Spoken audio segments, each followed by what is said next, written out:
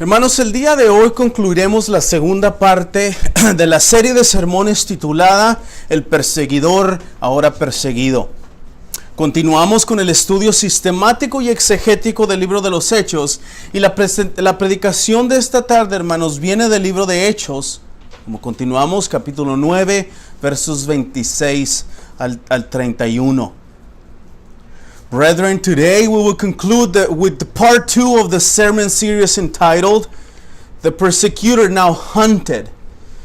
We continue with our systematic and exegetical study of the book of Acts, and our sermon this afternoon comes from the book of Acts chapter 9, verses 26 to 31, which states the following. Please hear the word of God.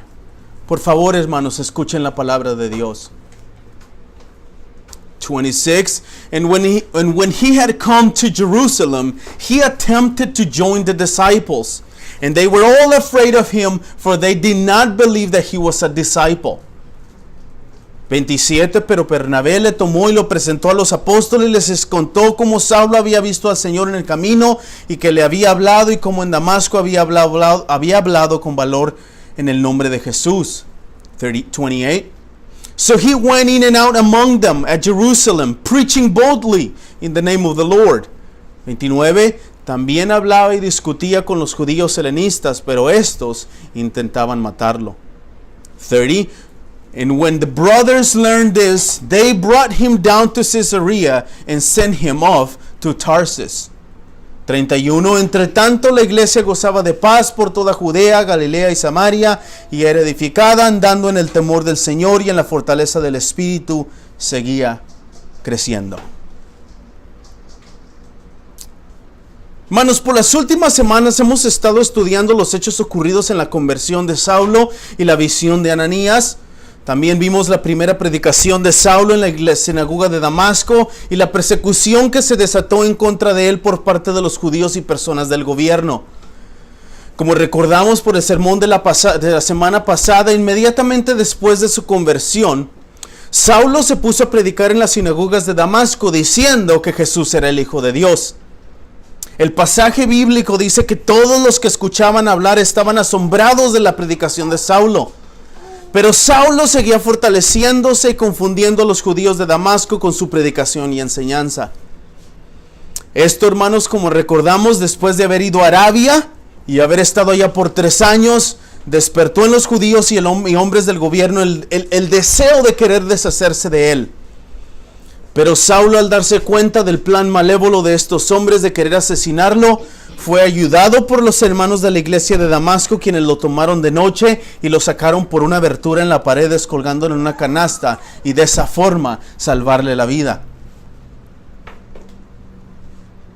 For the last few weeks, we have been studying the events that occurred in the conversion of Saul and the vision of Ananias. We also studied Saul's first sermon, or his first preaching sermon of the gospel in the synagogue of Damascus, and the persecution that was unleashed against him by the Jews and the people of the government of the city of Damascus. As we recall from the sermon last week, immediately after his conversion, Saul began preaching in the synagogues in Damascus, saying that Jesus was the Son of God. The biblical passage says that all who heard him preaching were astonished at his words. But Saul continued to strengthen and confound the Jews of Damascus with his preaching and teaching. As we remember, after having gone to Arabia and having been there for 3 years, as a desire to kill him arose within the Jewish leader and the men of the government of Damascus, and they wanted to get rid of him. They wanted to kill him. But Saul, realizing that the evil plan of these men, was helped by the brethren of Damascus, who took him by night and let him down through an opening in the wall, lowering him in a basket in order to save his life. Y hermanos, el día de hoy estudiaremos cuáles fueron los hechos ocurridos después de que Saulo escapó la persecución de los judíos en Damasco. Después de haber huido, Saulo visitó Jerusalén por primera vez, pero ahora ya como hijo adoptado, separado, justificado, santificado instrumento de Cristo para la proclamación del Evangelio.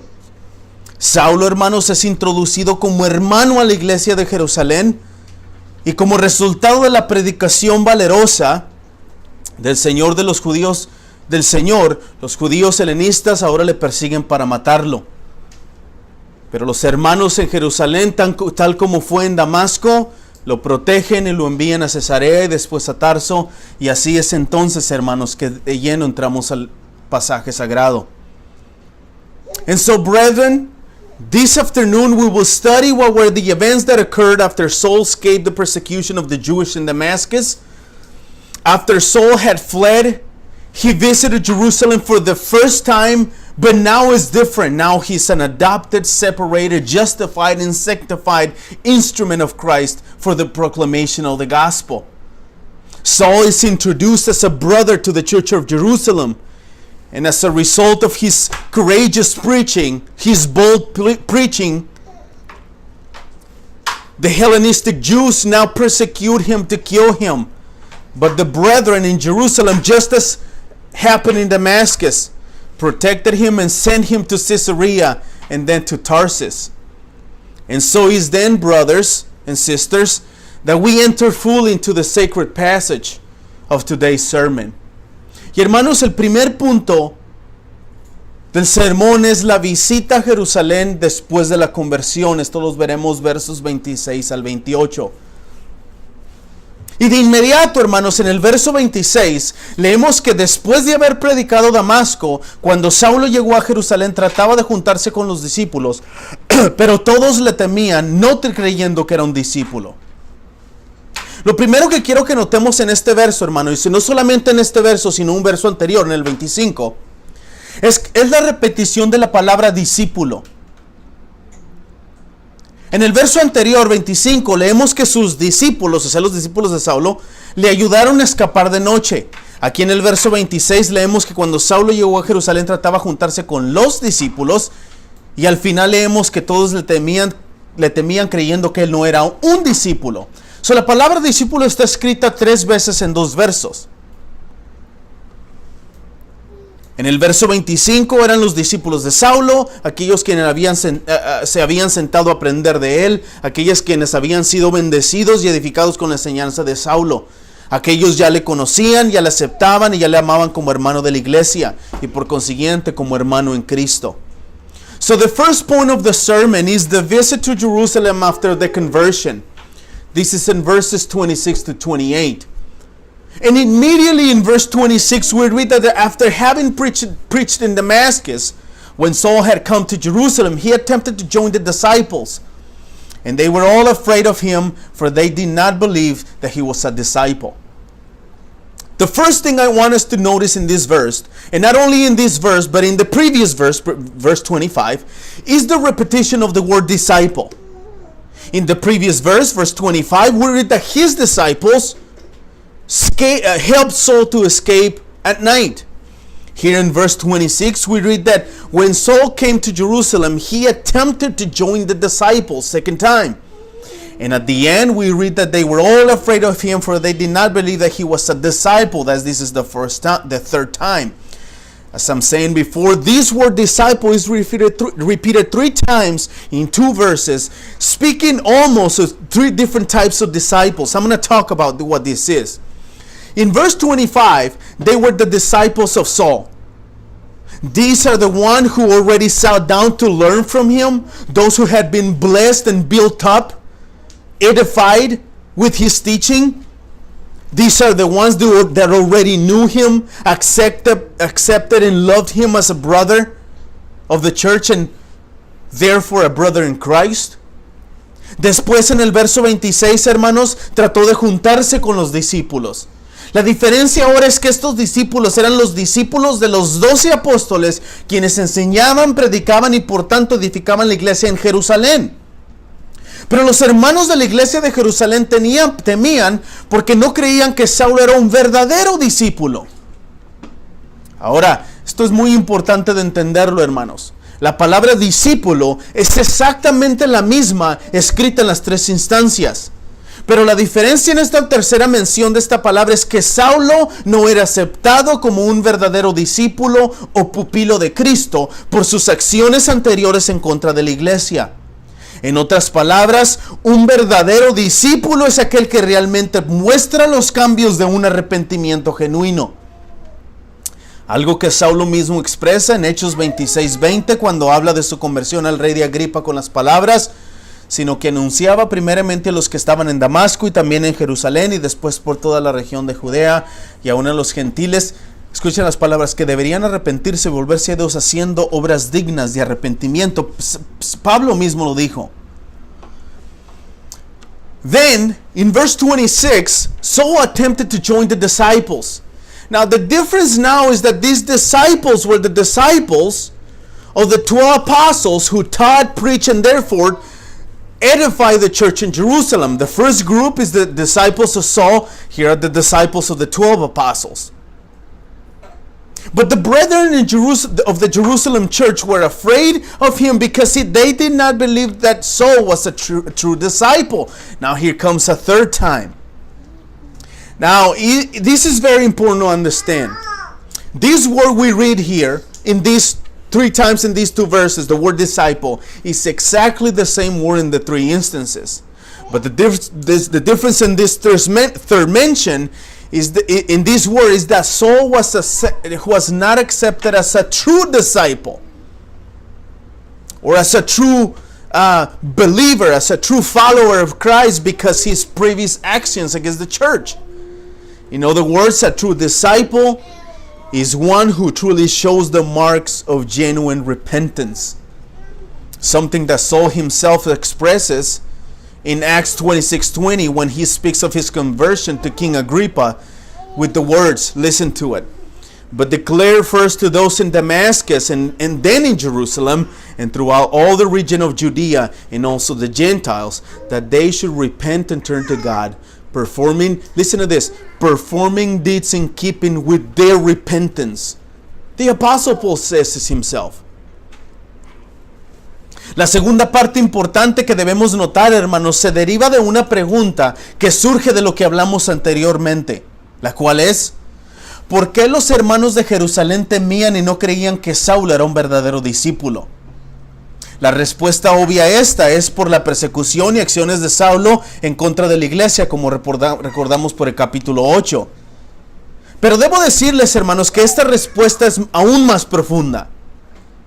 Primeramente, Saulo, al contar de su conversión y los acontecimientos después de esta, en Hechos 22, 17 al 19, dice: cuando regresé a Jerusalén y me hallaba orando en el templo, escuchen las palabras, caí en un éxtasis y vi al Señor que me decía: apresúrate y sal pronto de Jerusalén, porque no aceptarán tu testimonio acerca de mí. Entonces dije: Señor, ellos saben bien que las sinagogas, una tras otra, yo encarcelaba y azotaba a los que creían en ti.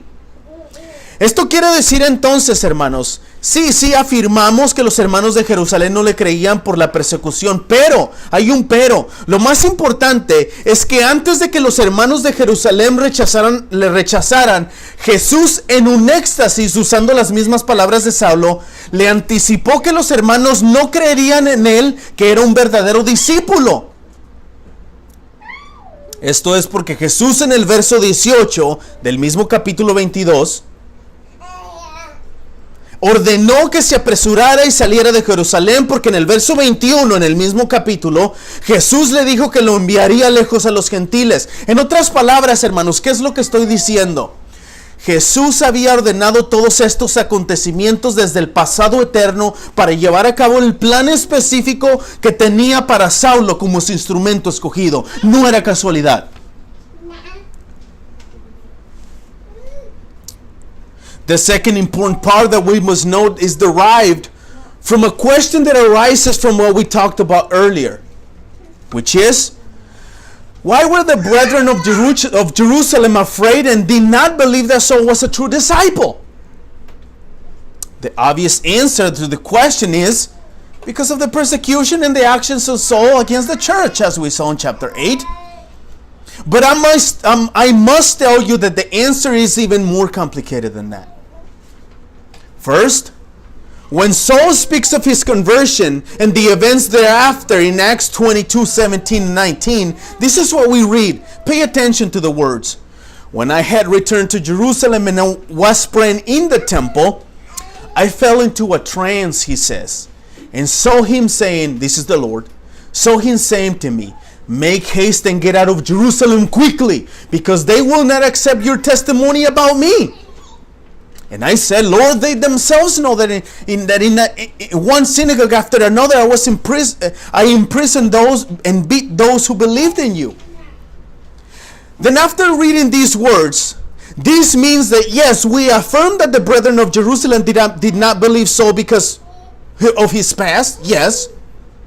But the most important thing, according to the passage we just read, is that before the brethren in Jerusalem rejected Saul, Jesus, in a trance, using his own language, told them that the brothers would not believe that he was a true disciple. And this is because in verse 18, same chapter 22, Jesus commanded him to hurry up and leave Jerusalem, because in verse 29, same chapter 22, Jesus told them that he was going to send him away to the Gentiles.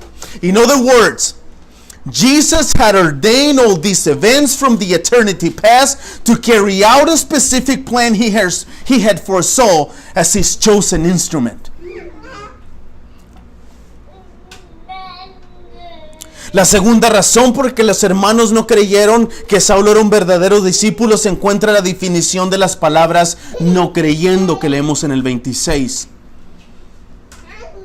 Para resumir la enseñanza y aplicación y definición de esta palabra, hermanos, creyendo, verso 26, el teólogo Louis Berkhoff afirma lo siguiente, la cita: en su construcción, esta palabra, creyendo en su construcción, esta palabra generalmente sirve para introducir lo que es creído. Contrario a otras partes donde encontramos esta misma palabra, en la cual la construcción es diferente y significa fe o confianza en Dios o en Jesús. Berkhoff también declara que, cita, de las 20 ocasiones donde esta palabra está escrita, solamente en un par de ocasiones, aquí en Hechos y en Juan 9:18, el asunto en el que se cree, en este caso es Saulo, apenas se eleva a una esfera religiosa. En otras palabras, los creyentes de Jerusalén no tomaron ni creían que Saulo era alguien que ni siquiera tuviera una verdadera relación en la esfera religiosa, mucho menos concerniente a la iglesia y mucho menos a Jesucristo. Obviamente, hermanos, necesitamos entender y recordar que de Saulo, después de haber perseguido a la iglesia y ahora los hermanos lo miran predicando a Dios, las personas, cuando una persona viene a Cristo y es transformada, no se puede creer que aquella persona que conocíamos como vicioso, borracho, adúltero, blasfemo, ahora es todo lo contrario. The second reason why the brethren in Jerusalem did not believe Saul was that Saul was a true disciple is the definition of the word believe. We read here in verse 26. To summarize the teaching, application, and definition of this word believe, theologian Louis Berkhoff states, quote, in its construction, this word generally serves to introduce what is believed, end quote. Contrary to other parts where we find the same word in which the construction is different and it means faith in Christ or in God. Berkhoff also states that, quote, of the 20 occasions where this word is written, only in a couple of occasions, here in Acts 9:26 and John 9:18, the subject in which is believed, in their case is Saul, barely raises to the religious sphere. In other words, the brethren in Jerusalem did not believe Saul as someone who had a true relationship even in the religious sphere. Much less they will believe that he was a true disciple, follower of Christ. We have to remember in any case that the shock that the brothers of Jerusalem were going through is to see these men killing Christians, now building the church. When a person comes to know Christ, that drunken, evil, blasphemer person now is singing to Christ. It is a cause of shock. We cannot believe those things. That's what was going on. Después, hermanos, en el verso 27, Saulo llega a Jerusalén y trata de juntarse con los hermanos y estos le rechazan. Aquí leemos que Bernabé lo tomó y lo presentó a los apóstoles y les contó cómo Saulo había visto al Señor en el camino y que él había hablado y como en Damasco había hablado con valor en el nombre de Jesús. El Señor, hermanos, providencialmente usó a Ananías para introducir a Saulo a los hermanos de la iglesia de Damasco. Aquí, verso 27, el Señor providencialmente usa a Bernabé para introducir a Saulo a la iglesia de Jerusalén. Solo quiero mencionar de pasada, hermanos, este Bernabé es el mismo de quien escuchamos en Hechos 4, 36 y 37.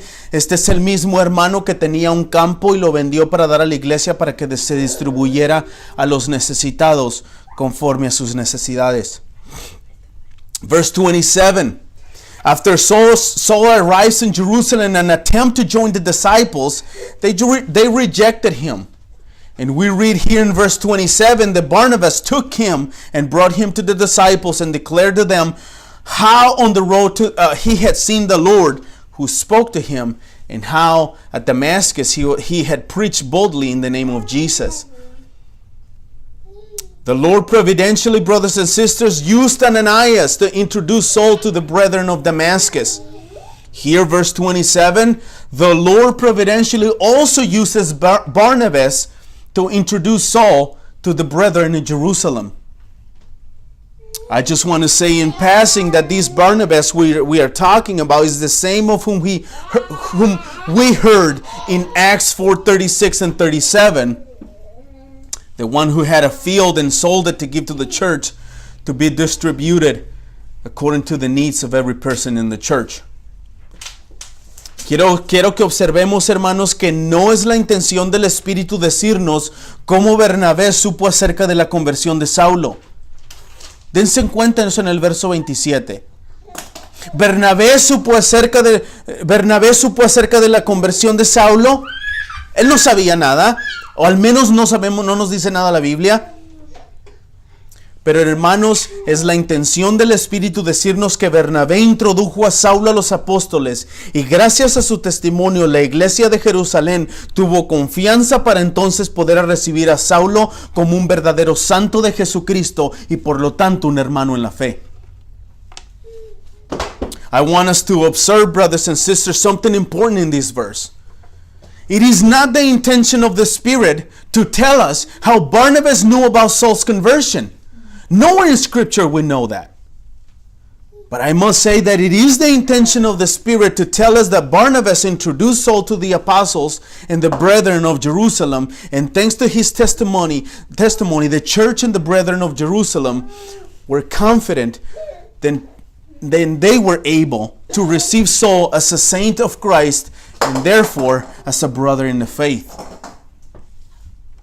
Luego, hermanos, en el verso 28 leemos que Saulo estaba con ellos moviéndose libremente en Jerusalén, hablando con valor en el nombre del Señor.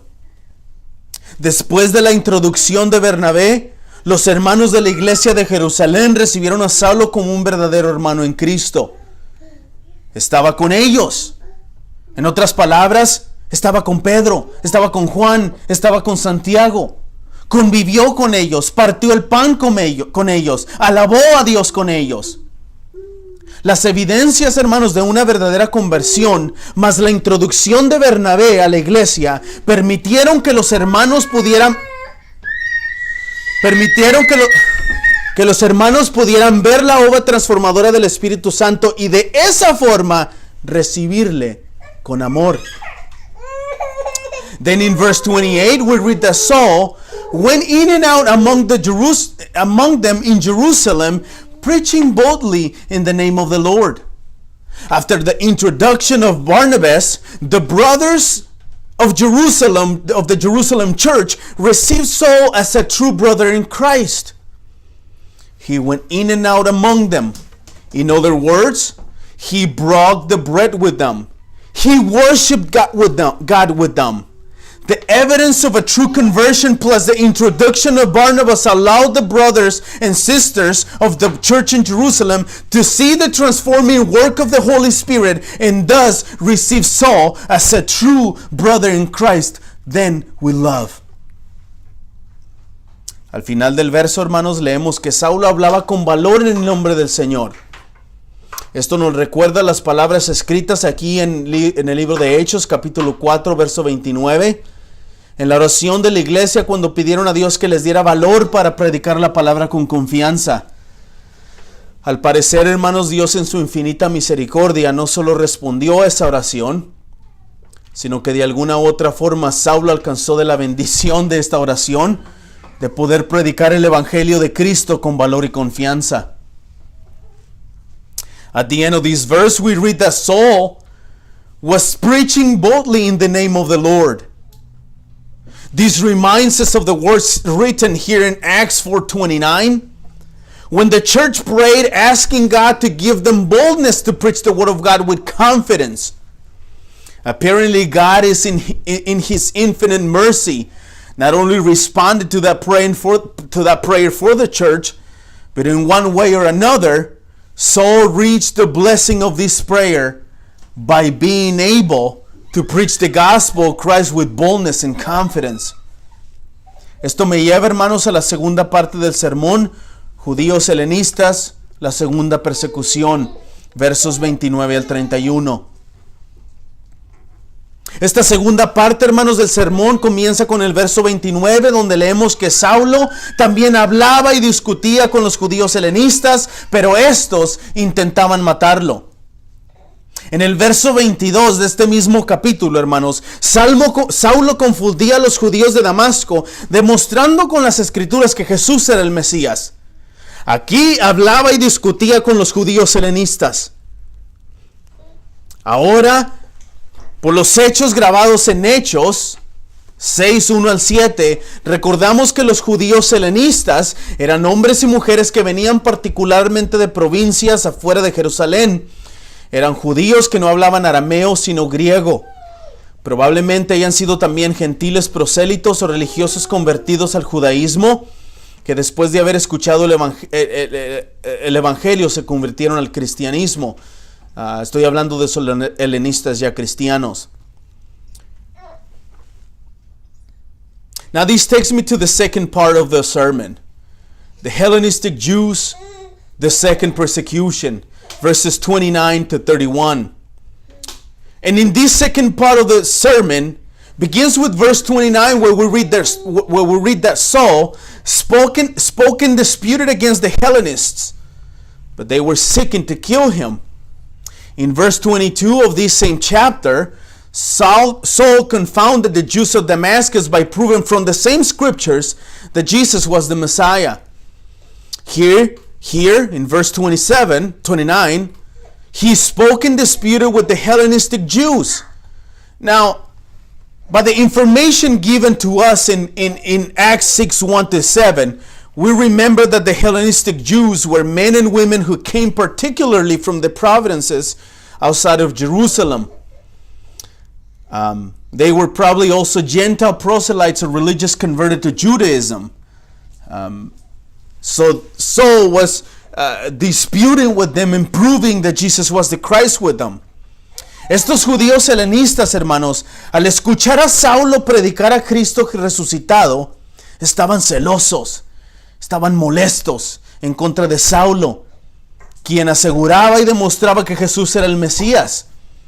Pero tal como sucedió en los versos 23 y 24, aquí mismo en el capítulo 9, al demostrar con las escrituras que Jesús era el Mesías, trajo consecuencias a punto de que los judíos querían matarle. Ahora, una ciudad distinta, personas distintas, pero la misma predicación trajo los mismos resultados: persecución e intento de asesinato. Aquí se hace realidad lo que Jesús le dijo a Ananías en los versos 15 y 16, hermanos, de este capítulo, donde Saulo, como instrumento escogido, debería de padecer en el nombre de Cristo. Irónicamente, el perseguidor de la iglesia ahora es perseguido, exactamente por las mismas personas y las mismas razones por las cuales él perseguía a la iglesia. Now these Hellenistic Jews, hearing Saul preaching the risen Christ, they were jealous, annoyed against Saul, who asserted that and proved that Jesus was the Messiah. But just as it happened in verses 23 and 24 of this same chapter, by Saul demonstrating with the scriptures that Jesus was the Messiah brought consequences to the point that the Jews wanted to kill him. Now, a different city, different people, same preaching, same results, persecution and attempted murder. Here is fulfilled what Jesus told Ananias in verses 15 and 16 in this chapter. Saul, as a chosen instrument, should suffer for the name of Christ. Ironically, the persecutor of the church now is persecuted exactly by the same people and the same reasons why he persecuted the same church. Después, hermanos, de estos hechos, en el verso 30, cuando los hermanos lo supieron, lo llevaron a Cesarea y de ahí lo llevaron a Tarso. En el verso 25 de este mismo capítulo, los hermanos de Damasco sacaron a Saulo por una abertura en la pared y lo bajaron en una canasta para salvarle la vida. Aquí en el verso 30, los hermanos de Jerusalén lo llevaron a Cesarea y de ahí lo llevaron a Tarso, también para salvarle la vida. Como vimos la semana pasada, hermanos, la confirmación de estos hechos están escritos en el libro de Gálatas capítulo 1 verso 21, donde leemos que Saulo mismo narra estos hechos cuando dijo: después fui a las regiones de Siria y Sicilia. So él lo confirma. Verse 30. After the events in verse 29, here in verse 30 we read that when the brothers learned this, they brought him down to Caesarea and sent him off to Tarsus. In verse 25 of this chapter, the brethren of Damascus helped Saul to escape by night, letting him down through an opening in the wall, lowering him in a basket to save his life. Here in verse 30, the brothers of Jerusalem brought him down to Caesarea and then sent him off to Tarsus, also to save his life. As we saw last week, the confirmation of these events are written in the book of Galatians chapter 1 verse 21, where we read Saul himself speaking of this account and saying, then I went to the regions of Syria in Sicilia. That is the confirmation. Pero lo más importante que debemos notar, hermanos, no solo aquí en este verso, sino en el verso 24, es que Lucas, hermanos, no nos dice como Saulo, los hermanos de Jerusalén o los discípulos de Damasco supieron las intenciones de los judíos de asesinar a Saulo. No nos los dice. Es suficiente, hermanos, poder entender y saber los planes soberanos de Dios para preservar la vida de aquellos quienes son sus servidores. En este caso, hermanos, Saulo todavía tenía mucho que hacer para avanzar el evangelio de Cristo y de esa forma poder ser un instrumento escogido y con ello sufrir por el nombre de Cristo. La Confesión Bautista de 1689, en el párrafo 5, capítulo 5, párrafo 7, nos enseña sobre la providencia de Dios, y esto es lo que dice: del mismo modo que la providencia de Dios alcanza en general a todas las criaturas, así también de un modo más especial cuida de su iglesia y dispone de todas las cosas para el bien de la misma. La confesión, hermanos, nos ayuda a entender que Dios cuida de una manera especial a su iglesia. La confesión nos ayuda a entender, hermanos, que providencialmente Dios hace que todas las cosas obren para el bien de sus hijos. Algo que está explícitamente confirmado, hermanos, en el libro de Proverbios, capítulo 2, versos 7 y 8, con las palabras. Vean lo que dicen, hermanos, escuchen la palabra de Dios. Él, o sea Dios, Reserva la prosperidad para los rectos y es escudo para los que andan en integridad. Guarda las sendas del juicio, escuchen, y preserva el camino de sus santos. But the most important thing that we should note here, and not only here but in verse 24, is the writer of Acts, Luke, he does not tell us how Saul, the brethren of Jerusalem, or the disciples in Damascus knew about the intentions of the Jews to assassinate him. He don't tell us how they knew about this. But brothers and sisters, I must tell you, it is enough for us to understand and to know the sovereign plans of God to preserve the lives of those who are His servants to carry out His eternal plan. In this case, Saul still had much to advance for the gospel of Jesus Christ and thus be a chosen instrument and thereby suffer for the name of Christ.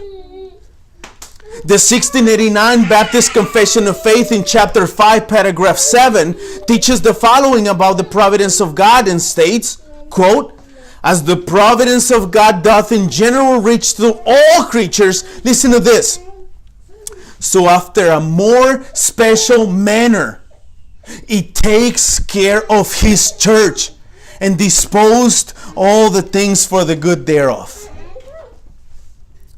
This segment of the confession, brothers and sisters, helps us to understand that God cares for His church in a very special way. This segment of the confession helps us to see that providentially God makes all things work for the good of the church. Something that is explicitly confirmed in the book of Proverbs chapter 2 verses 7 and 8 with the words, "He," means God, "stores up sound wisdom for the upright. He is a shield to those who walk in integrity." Listen to these words, "guarding the paths of justice and watching over His saints." Y al final, hermanos, llegamos al verso 31, donde leemos que la iglesia gozaba de paz por toda Judea, Galilea, Samaria, y era edificada, andando en el temor del Señor y en la fortaleza del Espíritu Santo, seguía creciendo. Al parecer, hermanos, la salida de Saulo de Jerusalén calmó los deseos de los judíos helenistas de perseguir la iglesia. Pero no cabe duda, hermanos, que el Dios de la misericordia es el quien trajo de una u otra forma la paz a la iglesia. Es interesante que Lucas hace mención de la iglesia. Pongan atención, la iglesia en singular, no en plural. A pesar de que él mismo menciona 3 lugares diferentes, Judea, Galilea y Samaria. And at the end we come to verse 31, where we read that the church throughout all Judea and Galilee and Samaria had peace and was being built up, and walking in the fear of the Lord and in the comfort of the Holy Spirit, it multiplied. Apparently, Saul's departure from Jerusalem calmed the intentions of the Hellenistic Jews to persecute the church. But there is no doubt that the God of mercy is the one who, by one way or another, brought peace to the church in Jerusalem. It is interesting, though, for me to mention and for us to note that Luke makes mention of the church. It's singular, not plural. Although he mentions 3 different places, the church in Judea, Galilee, and Samaria. Pero lo que Lucas nos está diciendo con estas palabras, hermanos, es que la iglesia es una. La iglesia es universal. Un solo cuerpo de Cristo, unidos a Él por medio del Espíritu. Pero existen, hermanos, algunas evidencias muy importantes que debemos notar en este pasaje, que nos dan luz, atención, de cómo una iglesia saludable debería verse. Estas evidencias están escritas en este verso como 2 instrumentos internos, 2 estados externos y un resultado también externo. But what Luke is saying to us with this word church, which is singular, is that the church of Christ is one. The universal church. one body of Christ, united to Him by the Spirit.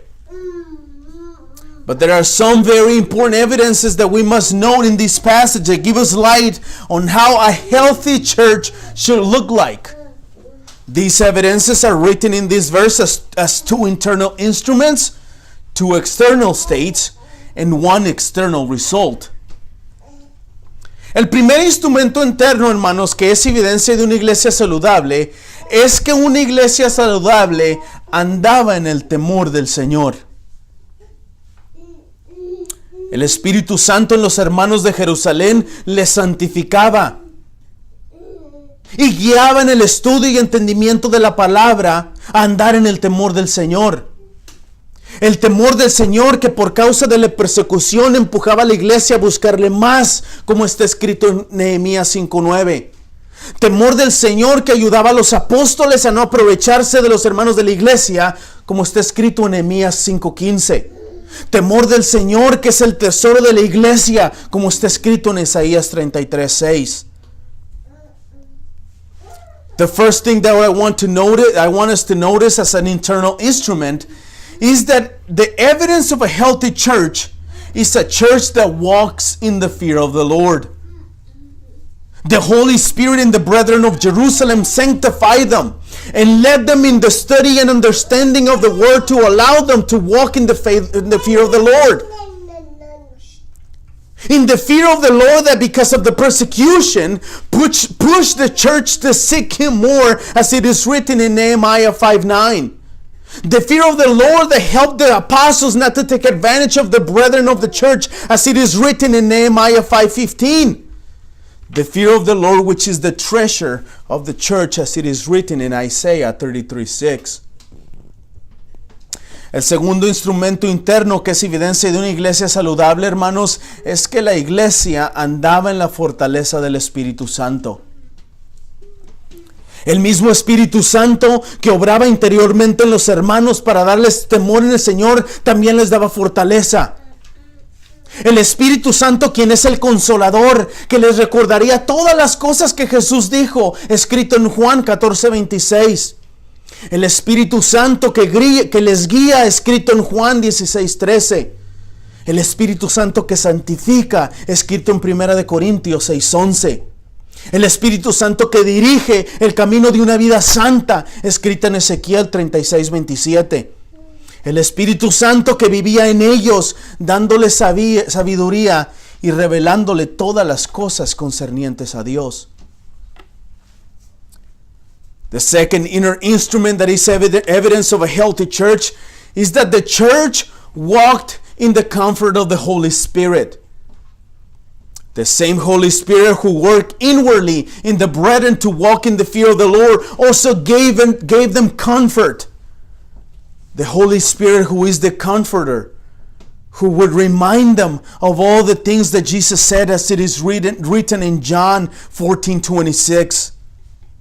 The Holy Spirit guiding them, as it is written in John 16:13. The Holy Spirit that sanctifies them, as it is written in 1 Corinthians 6:11. The same Holy Spirit that directs the way to a holy life, as it is written in Ezekiel 36:27. The same Holy Spirit who lived in them, giving them wisdom and revealing all things concerning to God in their hearts. Pero hermanos, este trabajo interno del Espíritu Santo, este trabajo interno de el temor del Señor y la fortaleza del Espíritu, darían resultados externos en los creyentes de la iglesia de Jerusalén. Primeramente, hermanos, la iglesia tenía paz. Paz después de la salida de Saulo de Jerusalén. La iglesia ahora, hermanos, podía predicar. La iglesia ahora podía alabar. La iglesia ahora podía reunirse sin miedo a ser perseguidos. Pero el hecho de que hayan tenido paz no significa que se relajaron. Al contrario, seguían fervientes sirviendo para la obra del Señor. But brethren, this inner work of the fear of the Lord and the comfort of the Holy Spirit within the brethren of Jerusalem would give also an external result of the believers of the church in Jerusalem. First, the church had peace. peace after the departure of Saul from Jerusalem. The church now is able to preach. The church now is able to praise. The church now is able to meet without fear of persecution. But the fact that the church had peace did not mean that they were relaxed. On the contrary, they remained fervent in the service of the work of the Lord. El segundo estado, hermanos, del trabajo interno del Espíritu Santo en los creyentes es que la iglesia era edificada. Sí, la iglesia tenía paz, pero eso no era sinónimo de flojera. Al contrario, la iglesia era edificada por el Espíritu Santo, iluminando la palabra de Dios en las mentes de los discípulos, usando a los apóstoles para estar en este estado de edificación y paz. La iglesia era edificada gracias al temor del Señor y gracias a la fortaleza del Espíritu. The second state of the Spirit's inner work in the church was that the church was being edified. Yes, the church had peace, but that was not a synonym of laziness. On the contrary, the church was being edified by the Holy Spirit, illuminating the Word of God in the minds of the disciples, using the apostles to be in this state of peace and building up. The church was being edified as a consequence of the fear of the Lord and the comfort of the Spirit. Y al final, hermanos, de todo esto nos daría un resultado. La iglesia de Cristo seguía creciendo. Dios, hermanos, en otros tiempos había hecho crecer la iglesia en medio de persecución.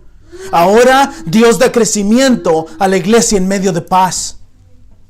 Esta es una evidencia, hermanos, de que el trabajo arduo de los apóstoles predicando el evangelio y de los discípulos reuniéndose y recibiendo a aquellos que iban siendo salvos. Hermanos, las evidencias de una iglesia saludable las encontramos en el versículo 31. Aunque no son todas las que deberían ser, pero son una suma de importante para ver las características de una verdadera iglesia, una iglesia saludable. Hermanos, la verdadera iglesia saludable de Cristo goza de paz. La verdadera iglesia saludable de Cristo anda en el temor del Señor. La verdadera iglesia de Cristo saludable es fortalecida por el Espíritu. La verdadera iglesia saludable de Cristo es edificada constantemente. Hermanos, la verdadera iglesia de Cristo saludable crece según los planes soberanos de Dios. And in the end, brothers and sisters, all this will give us a result, one result. That is that the church of Christ continue to multiply. God had once made the church grow in the midst of persecution. Now God gives growth to the church even while having peace. This is evidence of the arduous work of the apostles preaching the gospel of Christ and the disciples of the church gathering together, welcoming those who are being saved. Brethren, some evidences of a healthy church are found in this verse 31. Although not all of the characteristics of a healthy church are written here, but what we have written here is of utmost importance to help us to understand and to see what are the characteristics of a true healthy church of Christ. A true healthy church of Christ enjoys peace. A true healthy church of Christ walks in the fear of the Lord. A true healthy church of Christ is strengthened and comforted by the Holy Spirit. A true healthy church of Christ is being constantly edified. A true healthy church of Christ grows accordingly to the sovereign plans of God.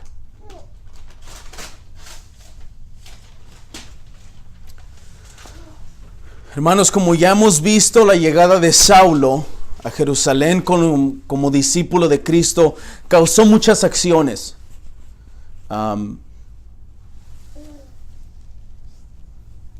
Algunas positivas, otras negativas. Pero debo recordarles, hermanos, que aunque ninguno de estos eventos, por muy difíciles o oscuros que se vean, están fuera de la soberanía de Dios.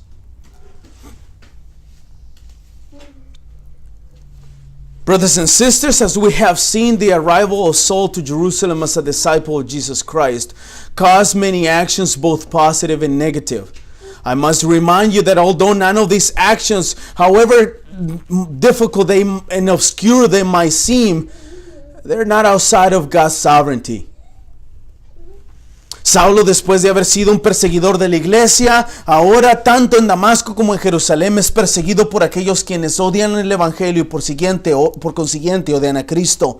Estos hombres malvados de dos diferentes ciudades, por las mismas razones, quieren asesinar a Saulo, porque Saulo discutía y comprobaba con las escrituras que Jesús era el Mesías. Pero nuestro Señor Jesucristo, hermanos, providencialmente le salvó la vida en ambas ocasiones. Pero aún salvándole la vida, Saulo empezó en Damasco y después en Jerusalén a sufrir por el nombre de Cristo. So after having been persecuted of the church, now in Damascus as in Jerusalem is persecuted by those who hate the gospel and therefore hate Christ. These wicked men from two different cities, for the same reasons, want to murder Saul. Because Saul was arguing and proving with the same scripture that Jesus was the Messiah. But the Lord Jesus Christ providentially saved his life in both occasions. But even saving his life, that did not prevent Saul from beginning suffering in Damascus and thus in Jerusalem for the name of Christ. Pero hermanos, hay algo muy importante que quiero que entendamos esta tarde. Y esto es que el Señor de la gloria, el sabio Dios, el poderoso, el creador de los cielos y de toda la tierra, el santo y el único Dios, hermanos, está en control de todas las cosas que suceden con sus santos. La iglesia de Cristo será edificada, no importa cuánta persecución, maldad, oposición o cualquier otra cosa que pretenda detenerla, hermanos. Dios guarda a sus hijos, Dios guarda a su iglesia. Hermanos, no quiero que malinterpretemos lo que estoy diciendo. No estoy diciendo que porque somos la iglesia de Cristo no sufriremos injusticias, persecución, enfermedad, maldad, oposición, etc. No estoy diciendo eso. Lo que estoy diciendo es que aun cuando suframos esas cosas, el santo, poderoso y misericordioso Dios tiene control de todas las cosas que suceden. Lo que estoy diciendo, hermanos, es que pidamos, que rogamos, que nos arrodillemos ante Dios para que dentro de su gracia nos conceda andar en temor de Él, que nos santifique, que nos guarde, que nos use, que nos fortalece en el Espíritu para poder de esa forma servirle fielmente dentro de las circunstancias más difíciles, y todo eso, hermanos, para darle gloria a Él, quien es único que debe de recibirla. But brethren, there is something very important I want us to understand this afternoon. And this is that the Lord of glory, the wise God, the Almighty, the creator of the heavens and the earth, the holy and unique God is in control of all things that happens with his saints. The church of Christ will be built no matter how hard the persecution is. God cares of his children. God cares of his church. Now, brothers and sisters, I do not want us to misunderstand what I'm saying here. What I'm saying is that I'm not saying that because we are the church of Christ, we will not suffer injustice, persecution, diseases, evil, opposition. What I'm saying is that even when we suffer these things, the holy, mighty, and merciful God has control over all things that happen. What I'm saying is that we must ask, that we must pray, that we must kneel down before God so in His grace and mercy we might be granted fear and reverence of Him. That He may sanctify us, that He might keep us, that He might use us, that He might Give us the Spirit to strengthen us and comfort us to be able to serve Him faithfully, even within the most difficult circumstances. And all of these brothers and sisters, to give Him glory, who is the only one who must receive it. Let's pray.